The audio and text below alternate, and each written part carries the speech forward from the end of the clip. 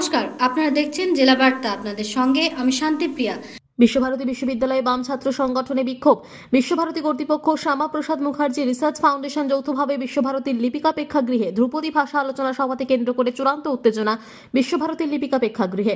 অনুষ্ঠানকে ঘিরে বিক্ষোভ বাম ছাত্র সংগঠনের। নিরাপত্তা কর্মীদের সাথে ধস্তাধস্তি। বিশৃঙ্খলা রাজ্যের একমাত্র কেন্দ্রীয় বিশ্ববিদ্যালয় বিশ্বভারতীতে। আন্দোলনকারীদের দাবি বিশ্বভারতীকে আরএসএস এর আঁতুড়ঘর করা হচ্ছে। বিশ্বভারতীতে রাজনীতি করছি, মানছি না।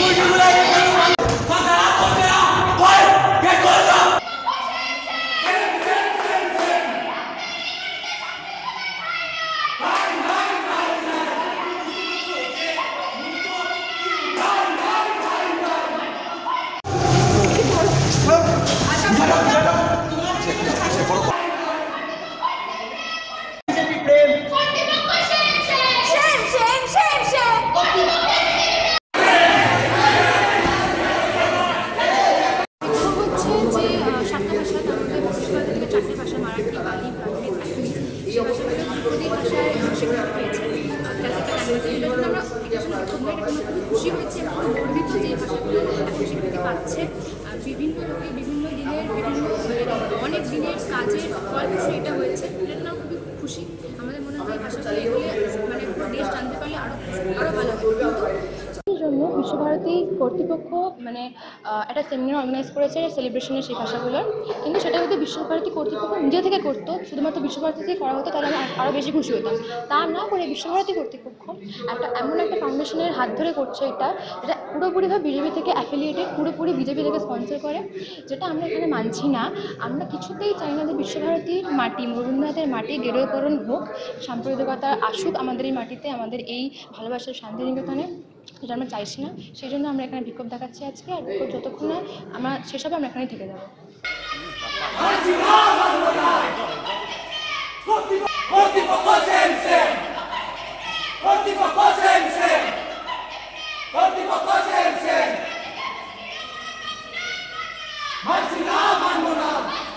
তাদের বলা হয়েছে তোমরা ধর্ণা দাও, তোমরা প্রদর্শন করো, কিন্তু রাস্তাটা এইভাবে আটকে দেবো না। যে মাটিতে বসে আছে, আমি নিজে দায়িত্ব নিয়ে ওই ছেলেটির হাত ধরে তুলেছি, তার হাতে রিস্ট ধরে তুলেছি, কারণ যিনি অতিথি তাকে ভেতরে ঢুকতে দাও। তাদের বলা হয়েছে তোমরা সকলে ভেতরে এসো, তোমরা অনুষ্ঠান দেখো, যদি তোমাদের খারাপ মনে হয় তখন তোমাদের গণতান্ত্রিক অধিকার তোমরা করতে পারো। তাদের একাধিকবার, শুধু সেই নয়, যিনি অতিথি এসছেন তিনি তাদের বারবার বলছেন যে তোমরাও ভেতরে এসো। এখন ঘটনা হচ্ছে তিনি আমাকে আমাদের ছাত্র, তিনি আমাদের ধমকি দিচ্ছেন যে আপনি ব্রাহ্মণ, সেই জন্য আপনার নাম গঙ্গোপাধ্যায়, আপনি ব্রাহ্মণ হিসেবে আমাকে ব্রাহ্মণ্যবাদ দেখাচ্ছেন। দ্বিতীয় উনি বলছেন যে আমি ওনার গলায় ধাক্কা দিয়েছি, এটা সর্বৈব মিথ্যা, আমি ওনার হাত ধরে তুলেছি। এই ব্যাপারে আমার কোনো বক্তব্য নেই। আমার বক্তব্য হচ্ছে বিশ্বভারতীর নির্দিষ্ট অথরিটি, তারা লিপিকাতে অনুষ্ঠান করার যখন কোনো অনুমতি দেন, নিশ্চয়ই তারা সে জায়গায় দেখেছেন। আমার অনুষ্ঠানে যদি কোনো বাইরের অতিথি আসেন, তারা ভেতরে ঢোকেন। রাস্তা বন্ধ করার জন্য যেমন কোনো প্রদর্শন করার জন্য যেমন তাদের অধিকার, রাস্তাটা বন্ধ করার জন্য ঠিক ততখানি অধিকার নেই। আমি শুধুমাত্র অতিথি এসছেন, রাস্তায় ঢুকতে অনুষ্ঠানের মঞ্চে এদেরও আহ্বান করেছি, তার বেশি কিছু বলার নেই আমার।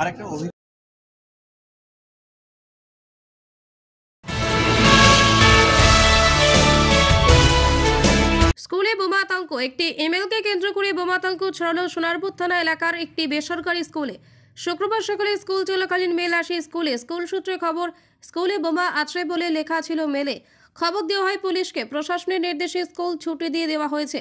স্কুলের হোস্টেল থেকেও পড়ুয়াদের সরিয়ে নিয়ে যাওয়া হয়। পুলিশ জানিয়েছে বোম স্কোয়াডকে খবর দেওয়া হয়েছে। কোথা থেকে মেল এলো তা খতিয়ে দেখছে পুলিশ।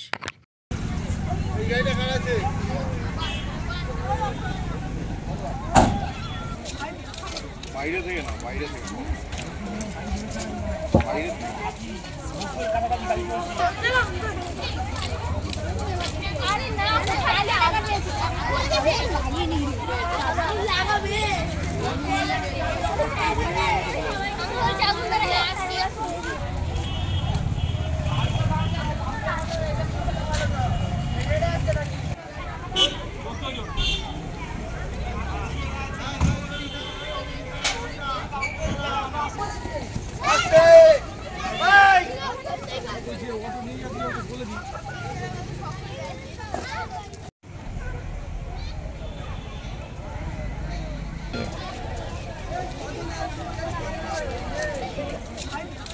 বাইরে থেকে না, বাইরে থেকে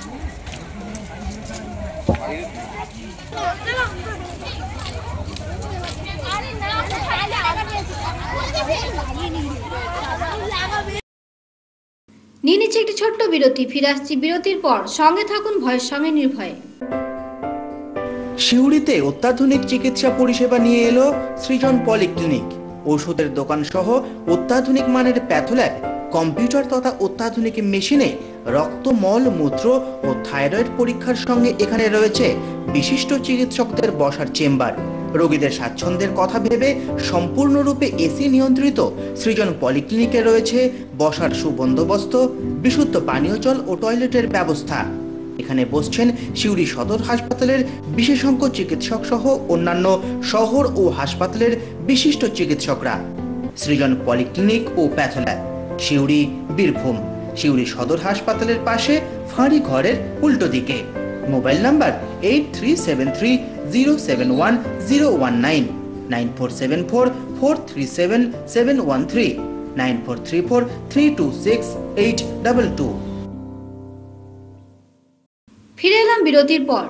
বোলপুর লায়কবাজার খানকায় কাদেরিয়ার হুজুর পাক ইন্তেকাল করেন। দীর্ঘ রোগভোগের পর গতকাল হুজুর পাক মহান সুফি সাধক হুজুর পাক হজরত সৈয়দনা সৈয়দ শাহ মারশুদ আলী আল কাদেরি পর্দা নেন। ওনার লাশ মোবারক বোলপুর লায়কবাজার খানকায় কাদেরিয়া শরীফে আনা হয় এবং ইসলাম ধর্মের নিয়ম নীতি অনুযায়ী লায়কবাজার খানকায় কাদেরিয়ায় তার শেষকৃত্য সম্পন্ন হয়। গতকাল রাতে লায়কবাজার জানাজার নামাজ অনুষ্ঠিত হয়, ওখানেই তার মাজার পাক করা হয়। এই জন্য ওখানে বহু ভক্তের সমাগম হয়। ওনাকে শেষবারের মতো এক পলক দেখার জন্য হাজার হাজার ভক্তের ঢল নামে। সুফিদের সান্নিধ্যে না এলে কিন্তু সুফিতেও যাওয়া যায় না। তো আপনারা এই খানকার সঙ্গে, সুফিদের খানকার সঙ্গে। কাজী আমিরুল ইসলামের রিপোর্ট। আজকে জেলা বার্তা এই পর্যন্তই। নমস্কার।